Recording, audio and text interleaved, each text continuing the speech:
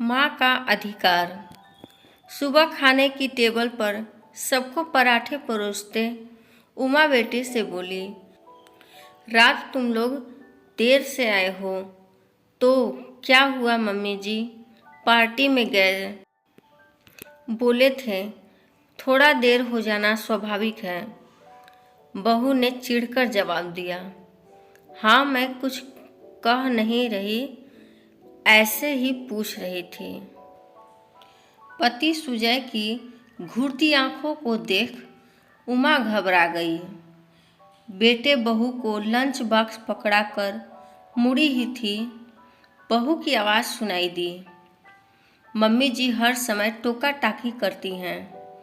हमारी अपनी लाइफ है, हम कब आएँ, कहाँ जा रहे हैं, किसके घर जा रहे हैं, सब अपडेट उनको चाहिए। मुंह बनाते रूपा बोली, छोड़ो यार, ये सब मम्मी खाली रहती हैं, यही सब उनका टाइम पास है। आदित्य ने बाइक स्टार्ट करते पत्नी रूपा से कहा। उमा जी सन्न रह गईं। बिना बोले अंदर आई तो सुजय भी ऑफिस जाने को तैयार थे। हो गई तुम्हारी इंक्वायरी? कितनी बार कहा अपने काम से काम रखो, खाली दिमाग शैतान का घर होता है। सुजय बोले। पति की बात सुन आज उमा की सहन शक्ति जवाब दे गई। पति के जाते ही अपमान की पीड़ा अपनी सीमा तोड़ आंखों के रास्ते बह गए। क्या सच में उनकी कोई कीमत नहीं है? क्या शादी के बाद बेटे बहू की चिंता करना अब उनका हक नहीं है? बच्चों पर अधिकार सिर्फ तब तक है जब तक उनकी शादी ना हुई हो। उसके बाद सिर्फ पत्नी का ही अधिकार होता है।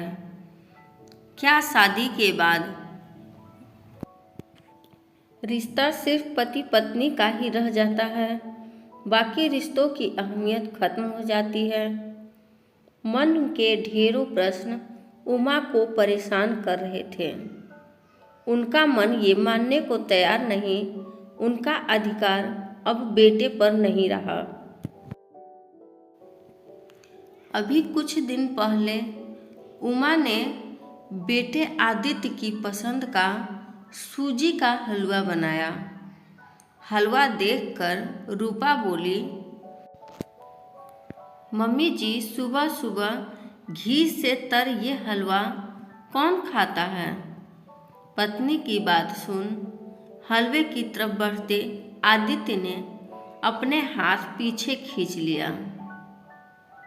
शाम बेटी का फोन आया तो माँ की भारी आवाज़ सुन पूछ लिया, सब ठीक है मम्मी? उमा जी सब कुछ बेटी से कह गईं। सब सुन बेटी बोली, तुम चिल करो माँ, अपनी खुशी देखो, हम सबकी चिंता छोड़ो, अब अपनी जिंदगी जियो। बेटी की बात सुन उमा जी सोच में पड़ गईं। जिन बच्चों के इर्द गिर्द जिंदगी गुजर गई, जिनकी खुशी में उनकी खुशी थी, आज उनको छोड़कर कौन सी खुशी ढूंढेंगी? एक दिन पक्की सहेली रहना आई और उमा के बूझेपन को भाव कर कारण पूछा तो उमा ने अपना दिल खोल कर रख दिया। देख उमा, हमारा ज़माना चला गया जब बेटा बूढ़ा भी हो जाए तो भी पिता के आगे जुबान नहीं खोलता था। अभी की पीढ़ी को टोका टाकी पसंद नहीं आती। तू भी पूछना बंद कर दे। पर मैं माँ हूँ, अपनी भावनाओं को रोक नहीं पाती हूँ। उमा बोली, भावनाओं को प्रकट कर जब घर की शांति भंग हो रही तो क्या फ़ायदा उन्हें दिखाने का।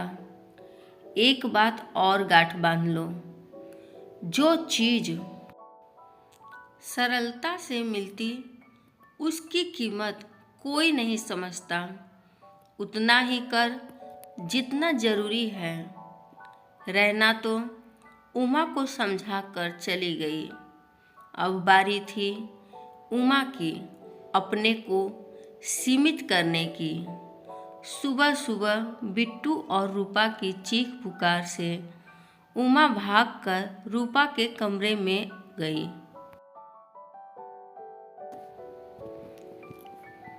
रूपा बिट्टू को डांट रही थी, कुछ भी कहना नहीं सुनता, जवाब देने में माहिर हो गया। बड़ों से जुबान लड़ाते हो? रोते बिट्टू ने कहा। तुम और पापा दादी और दादू का कहना नहीं मानते हो।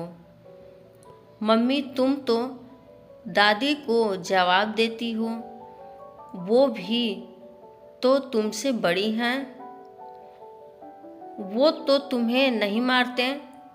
मैं आप लोगों के साथ नहीं रहूँगा। बिट्टू की बात सुन जो जहाँ था वहीं सन्न हो गया। थोड़ी देर बाद आदित्य ने चुप्पी तोड़ी। माँ मुझे माफ़ कर दो, मुझसे गलती हो गई। हाँ माँ, आदित्य सही कह रहे हैं। आपकी चिंता हमें टोका टाकी लगती है। मुझे लगता आप अनावश्यक अधिकार जता रही हैं, जबकि आदित्य पर सिर्फ मेरा अधिकार है। इसी वजह से मैं आपसे चिढ़कर बात करती हूँ। मैं भूल गई आदित्य पर मुझसे पहले आपका अधिकार है। आप माँ हैं तो बच्चों की चिंता स्वाभाविक है। मुझे भी माफ़ करना माँ, रूपा ने उमा जी के पैरों पर झुकते हुए कहा। आज रूपा ने उन्हें सास से माँ का दर्जा दे माँ का अधिकार दे दिया। बिट्टू ने रूपा को वो आईना दिखा दिया जो वो देखना नहीं चाहती थी।